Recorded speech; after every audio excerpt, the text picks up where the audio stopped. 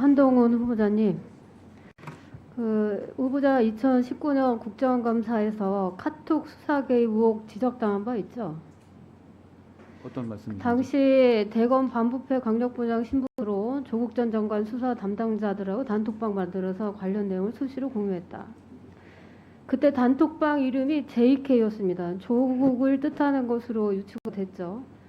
그 당시에 뭐 하루 밀리더라도 차라리 무리스러운 쇼라는 걸 보이는 게 뭐 이런 메시지가 있었고, 그 당시 이게 이제 수사 기소 시점을 조율해서 대검이 여론 대응을 기획하는 대화이다, 이런 이제 이게 유추가 될 수 있었어요. 그리고는 언론에 보도가 되니까 바로 포괄가 됐고, 근데 나중에 이건 뭐 또 여론 파악용이다 이렇게 대답을 하셨습니다. 그 다음에 고발 사주 또 단톡방이 있었어요. 카톡 수사 개입 정황이 이제 고발 사주 사건에서도 나왔는데, 그 당시 한동훈 후보자가 포함된 기획 단톡방 의혹이 제기됐어요. 그 당시에 윤석열 당시 총장, 후보자, 권순정 당시 대검 대변인, 손준성 수사정보정책관 수십 통의 통화와 단톡방 대화가 오고 갔습니다. 45회, 뭐 30회.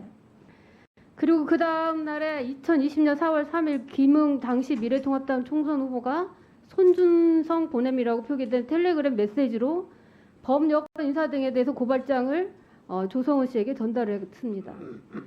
누군가 사주를 받은 고발장이 접수되기도 전에 당시 부산고검 차장검사에서 한동훈 후보자가 대검 수뇌부와 단톡방에서 수많은 대화를 나눈 것이죠. 이것도 상식적이지가 않습니다. 그 다음에 이 시기에 또 후보자는 부산고검 차장검사였는데도 불구하고 사건에 전혀 개입할 수 없는 이치인데 이 무렵에 3개월간 윤석열 당시 총장하고 2330회 카톡을 했고, 심지어 배우자인 김건희 씨와도 332회 카톡을 주고받았어요. 당시 그 카톡에 대해서 윤 총장 재직 중 윤 총장과 연락이 안 돼서 윤 총장 배우자 등에 통해서 윤 총장과 연락을 했던 것이다, 이렇게 변명을 했습니다. 이런 변명이 우리 대한민국 국민한테 통할 것이라고는 후보자도 생각을 하지 않을 것입니다. 어떻게 그 높으신 검찰총장 배우자하고 300건이 넘는 카톡을 주고받을 수 있을지 아무도 이거를 다 너무나 의아하게 생각하고 있겠죠. 그리고 이 수사가 이제 정황에 따라서 공수처가 직권남용 혐의로 이제 각각 입건을 했었죠. 후보자하고 손준성 정책관을. 다음에 본인이 연루된 검언 유착 사건까지 이제 또 이렇게 개입을 합니다.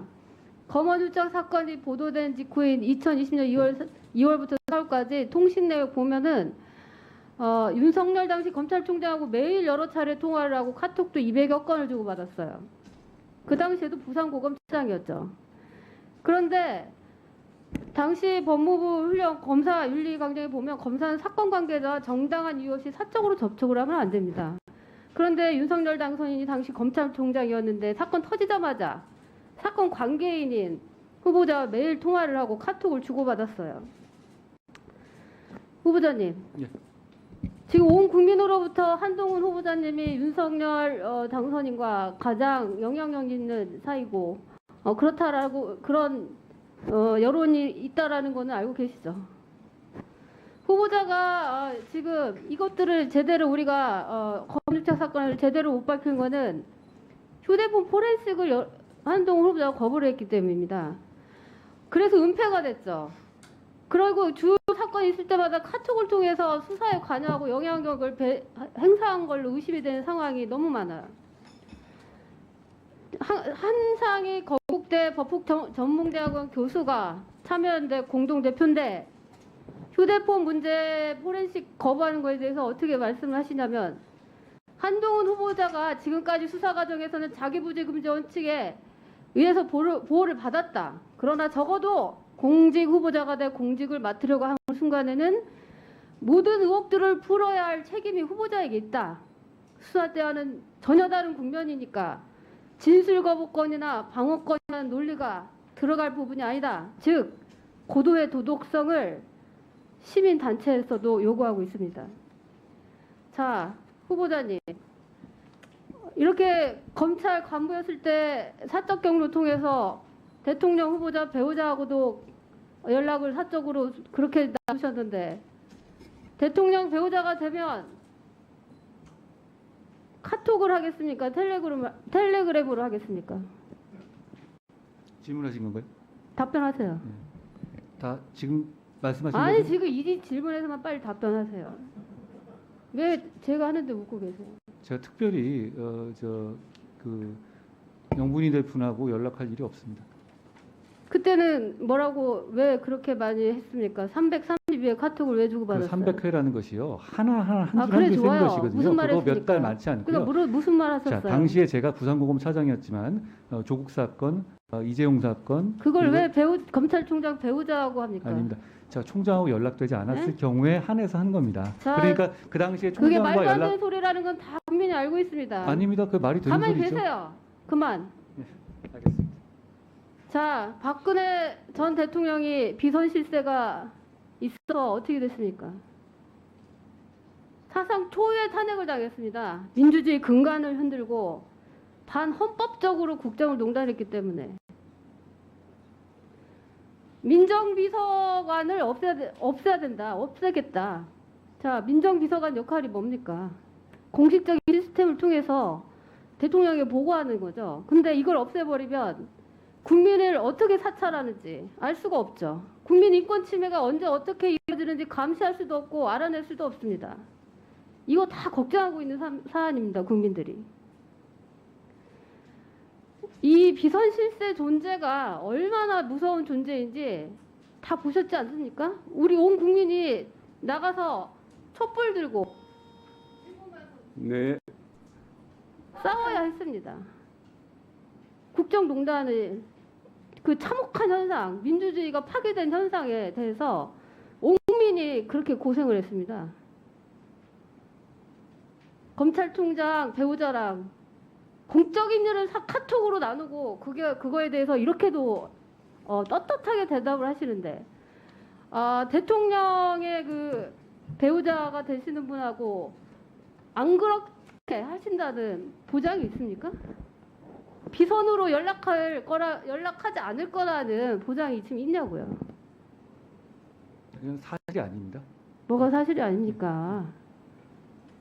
지금 태도가 굉장히 문제가 있습니다. 법무부 장관은 국민의 대표가 뽑아준 대통령이 임명하는 자리입니다. 국민의 대표, 국민을 위해서 일을 해야 되는 자리예요. 검찰이라는 조직을 위해서 일하는 자리가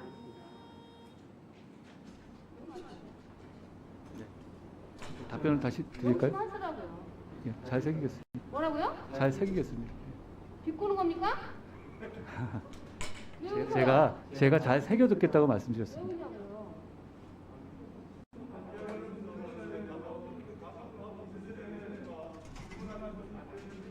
아니 그러니까 답변하라고 하는데 제 질문에 대해서는 킥킥 때문에 고 제 질문이 웃깁니까? 왜요? 왜요? 아니 너무 국회의원이 후보한테 명심하라고 하는 게 웃깁니까? 자, 이수진 의원님. 웃기냐고요? 자, 박형수 의원님. 이수진 의원님, 저 질문 정리해 주시고요. 박형수 의원님, 질의 중에 농담을 하는데도 왜 가만히 있습니까? 질의 중에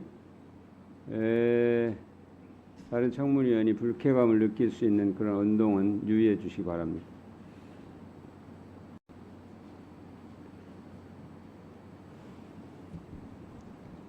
위원장님 답변 드려도 되겠습니까? 네, 압축해서 해 주십시오. 몇 가지 있었는데요. 제가 당시 윤 총장과 카톡을 했던 것은 당시 이제 제가 대체 불가능한 업무를 부산공원에서 계속 수행 중이었고요. 조국 사건이나 국정농단 사건이라든가 이재용 사건 등을 계속 수행 중이었기 때문에 매일 보고가 필요했고 그 보고가 되지 않았을 경우에 당시 이제 총장 사무를 통해서 연락한 적이 있었을 뿐입니다. 형식적으로 당연히 그게 맞는 것이고 그리고 300건 이렇게 얘기 많이 돌아갔는데 그건 한 줄 한 줄 센 것이라서요. 몇 달 동안에 그거 몇 번 안 됩니다. 다 대화 몇 번 해보면은 그거 100번 금방 넘어가지 않습니까? 그렇게 말씀하시면 그렇게 알아주시기 바라고요.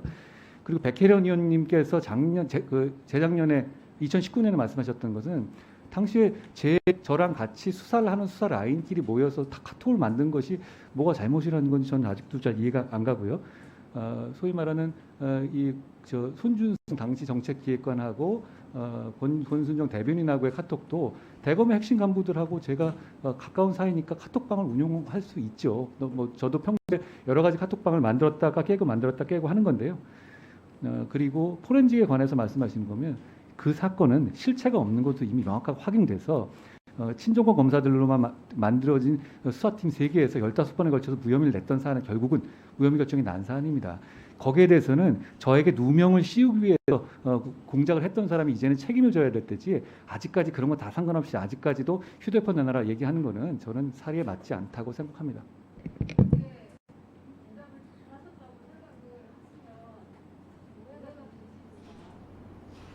다 듣고 계십니다, 본인이. 예. 네, 후보자님. 네. 예, 공정과 상식을 기치를 걸고 정권을 지금 윤석열 당선인이 되신 거잖아요, 대통령 당선인이. 그래서 제가 자꾸 강조를 하고 있는 것입니다. 저라고 우리 미성년 자녀들에 대해서 자꾸 문제 제기를 하고 싶겠습니까? 근데 역지사지의 입장으로, 마음으로 오늘 청문회 이 질문들에 대해서 답변을 해주시기를 부탁드리겠습니다. 엄마 찬스, 아빠 찬스가 뭔지, 나는 상관이 없는 건지 한번 생각을 해주시기를 부탁드려요. 후보자 장녀가 노트북을 보육원에 기부할 때 자기 이름으로 하지 않았다. 그런데 또 뒤늦게 보니까 해당 보육원에서 장녀가 대표로 있는 동아리 이름으로 지원받았다고 이렇게 소개되어 있습니다. 그리고 그 노트북을 지원한 데는 3M이라는 회사로 배우자의 로펌의 업무와 관련성도 있습니다. 근데 국민들은 그 배우자 지인보다는 남편인 고위직 검사 고위직을 보고 주지 않았겠냐 이렇게 생각할 겁니다. 이게 엄마 찬스, 아빠 찬스입니다. 그리고 이게 또 스펙 쌓기죠. 이거를 이씨 대비용으로 돈을 주고 이걸 언론 기사에 또 실습니다. 이걸 괜히 합니까? 스펙 쌓기 하는 거죠. 그 다음에 2021년도부터 22년까지 8편의 저작물을 후보자 장녀가 학술지에 출판을 합니다. 근데 고등학생 역량으로는 참 보기 어렵죠. 근데 나중에 알고 보니까 케냐의 한 대필 작가가 대필을 했다고 증언이 나오고 있습니다. 당신이 작성한 거 맞냐? 파일 목록까지 공개했습니다. 왜 자기가 작성도 하지 않은 거를 왜 자기가 작성했다고 올립니까? 그리고 대필뿐만 아니라 표절 의혹도 있습니다. 장녀가 출간한 전자책 중에 중학생을 위한 기하학 문제풀이집, 일본에서 16번 문제가 전부 아랍에미리트 한 수학 전공자가 무료로 공개한 문제들과 정확히 일치하는데 출처와 인용 표기도 전혀 없다는 겁니다. 이런 점에 대해서 부모로서 어떻게 생각을 해야 되나 지금 답변을 하셔야 되는데 한 가지 더 말씀드릴게요. 미국 언론 인터뷰에서 후보자 장녀께서 자신이 속한 단체가 2만 시간의 봉사를 했고 그를 포함한 봉사 실적을 인정받아서 서울시장을 수상했다. 그래서 우리가 이게 2만 시간을 봉사를 했는지 아니면 단체가 다 했는지 물어보려고 자료를 달라 그랬더니 자료 안 줍니다. 자료 요구했는데 안 줘요. 만약에 이게 허위 사실이 아니라면 후보자께서 동의를 해서 주라고 하면 되는 거죠. 아니 몇 시간 덜 인턴 받았다고 표창장에 도장 안 찍혔다 뭐 허위다 이래서 지금 재판을 지금 실형 선고 받고 집행유예 받고 막 난리가 났습니다. 이게 본질적으로 어떻게 다른 겁니까? 자료를 줘야죠. 만약에 예전 같았으면 이거 압수수색에서 다 드러났겠죠. 이런 문제들에 대해서 어떻게 생각하시는지. 또 있어요. 입시를 위해서 또 가짜 스펙 쌓기를 했다는 또 이 합리적 추측이 충분히 가능한 게 있습니다. 2014년대 만 9살인데 사촌들과 봉사단체 설립 어플리케이션을 개발을 해요. 또 만 13세 때는 교육 봉사단체를 설립해서 미국 현지 학생을 모집해서 봉사활동을 합니다. 만 15세 때는 인터넷 언론사를 설립해서 하는 거죠. 이때 이제 이모라는 분이 실질적 관리자였다는 거죠. 아까 말씀하신 대로 이게 논문이 아니라 두세 장짜리 인터넷 에세이에 불과하다. 이렇게 말씀하신 것 같은데 이에 대해서 오늘 서울대 어느 교수님 뭐라고 하셨냐. 언론에는 논문이 아니라고 둘러대지만 유학 입시 등의 스펙을 제시할 때 당연히 논문으로 포장하려고 저널에 투고해서 출판했을 거라는 게 합리적 추론이다. 그리고 또 기부가 됐으면 좋은 일이지 뭐냐. 아니 그때 예전에 조국 전 장관 수사할 때 그분들 다 봉사활동한 거였잖아요. 근데 다 수사했잖아요. 그리고 이런 좋은 일 할 기회 아무나 없습니까? 엄마 찬스, 아빠 찬스죠. 이 부분에 대해서 말씀해 보세요. 네, 아까 말씀하신 것 중에서요. 그 기부할 때 후원처가 좀 가려져 있는 후원처가 분명히 회사로 되어 있고요. 다만 그 용도를 영어 봉사활동에 쓰라는 취지만 적혀 있는 거고, 그리고 회사 사람들이 나가 있는 거고, 거기에 봉사단체가 가서 기부식이 이루어지지 않은 사진이었습니다. 그 점을 봐주셔야 될 것 같고요. 동아리 이름 그 대표자 그 동아리 이름에 동아리의 대표였잖아요. 장녀분이. 그 용도로 쓰라는 것이 그 위쪽에 지워진 그리고 부분을 보면 솔직히 이게 지금 만약에 제3자 뇌물이나 청구금지법에 혐의가 있는 거면 누구 명의인지는 실질적으로 중요하지 않다라는 걸 법리적으로 우리 후보자님도 잘 아실 겁니다. 자 위원님, 당시에 저를 보고 줬다고 말씀하셨는데요. 그때 제가 좌천 다닐 때거든요. 당시에 저를 아는 사람들이 다 저를 피해 다닐 때였습니다. 그러니까 저 때문에 무슨 뭘 할 만한 상황은 아니 전혀 그런 아니다는 말씀이 말씀드리고요. 통합니까? 네? 제가 사실을 말씀드린 겁니다. 예. 그리고 조국 전 장관 사건 가지고 말씀하신 저거는 누가 보더라도 동일선상에서 볼 수 있는 문제는 아닙니다. 그래요. 우리 후보자님 그냥 말씀하시고 싶을 대로 다 하십시오. 국민들께서 알아서 들으실 거니까. 더 하세요. 예. 저는 다 드렸습니다.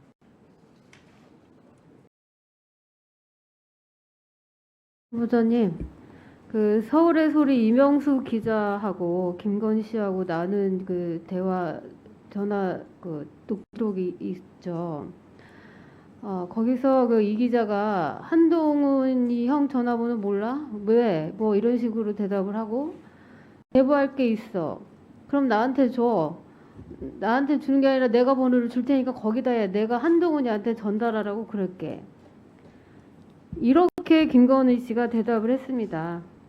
이게 과연 아까 330 몇 번의 그 카톡을 윤석열 당선인과 연락이 안 돼서 한 걸로만 볼 수 있을까요? 국민들은 이 이명수 기자와의 대화 내용과 카톡에 330번이 넘게 카톡이 이루어진 거에 대해서 지금 후보자처럼 단순히 연락이 안 돼서 연락을 한 것뿐이다. 그 배우자한테.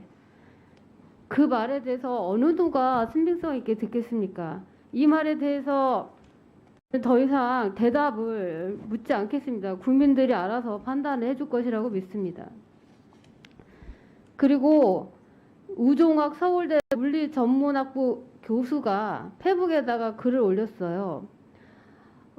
이분 드물게 과학기술계 인사로는 드물게 이 논평을 자주 했던 교수라고는 하지만 한동훈 장관 지명자 딸의 논문들이 많은 이슈를 일으킨다. 몇 년 전 조국 장관 딸과 나경원 의원 아들의 논문이 이슈가 되었을 때보다 10배 이상 더 심각하다. 논문을 쓰는 일이 주업인 연구자로서 이번 사건에 대해 관심을 갖지 않을 수가 없다. 이렇게 이제 글을 올리게 된 배경을 설명을 했습니다. 후보자님, 그 우종학 서울대 물리전문학부 교수님한테 질의를 해보세요. 왜 그런지. 모른다고 자꾸 아니라고 하시니까. 그리고 국회가 입법을 했습니다. 세계 각국의 세계 전체적으로 봐도 검찰이 직접 수사 인력을 6천 명이나 가지고 있으면서 기소 독점에 기소 편의에 영장 청구권까지 다 가지고 있는 나라는 대한민국밖에 없습니다. 이래서 그렇지 않습니다. 그럼 어느 나라가 있어요? 아니, 다 미국도 그렇고요. 아니 미국이 직접 수사를 6천 명 다 가지고 있습니까? 직접 수사 많이 합니다. 연방 검찰이 그렇게 아니 합니다. 직접 수사 인력 6천 명을 가지고 있냐고요, 직접. 6천 명 더 될 것 같습니다.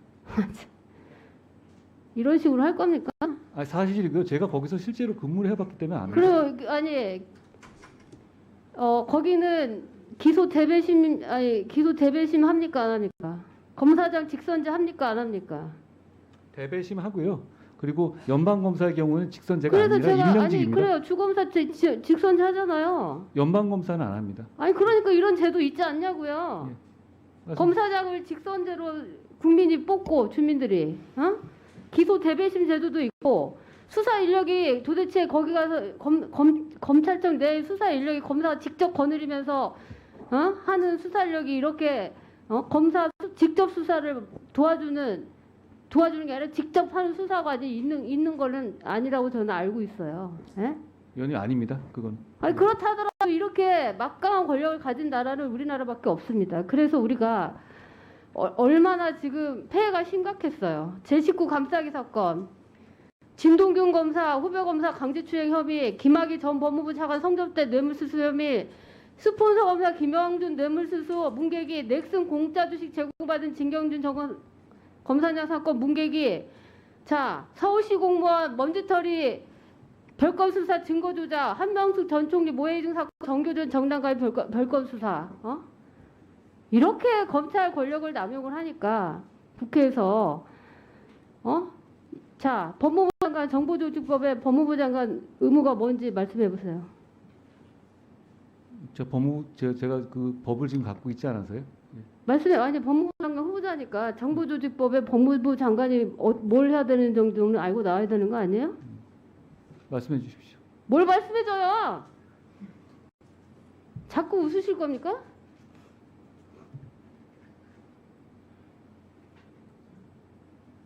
인권 옹호도 들어 있습니다. 네? 당연한 말씀입니다. 당연해? 예. 이런 식으로 이렇게 하니까 우리가 검찰 권력이 너무 세니 검찰 권력을 좀 견제 좀 하자. 예? 네. 그래서 입법을 했더니 이렇게 이제 앞으로 직접 수사를 한국형 FBI를 만들어서 전문 수사관들로 하게끔 하자. 그리고 검찰은 기소나 영장 청구에 집중하게 하자. 이렇게 하자고 했더니 이거를 가지고 야반도주라고. 이거는 국회 입법권을 갖다 무시하고 국민의 대표기관인 국회 입법권을 완전히 무시하는 건데 이게 법무부 장관으로서 후보자로서 할 수 있는 일입니까 이게? 저는 이건 또 후보자의 대답을 기대하지 않습니다. 이것도 국민들이 다 판단을 하실 거라고 믿습니다. 마치겠습니다.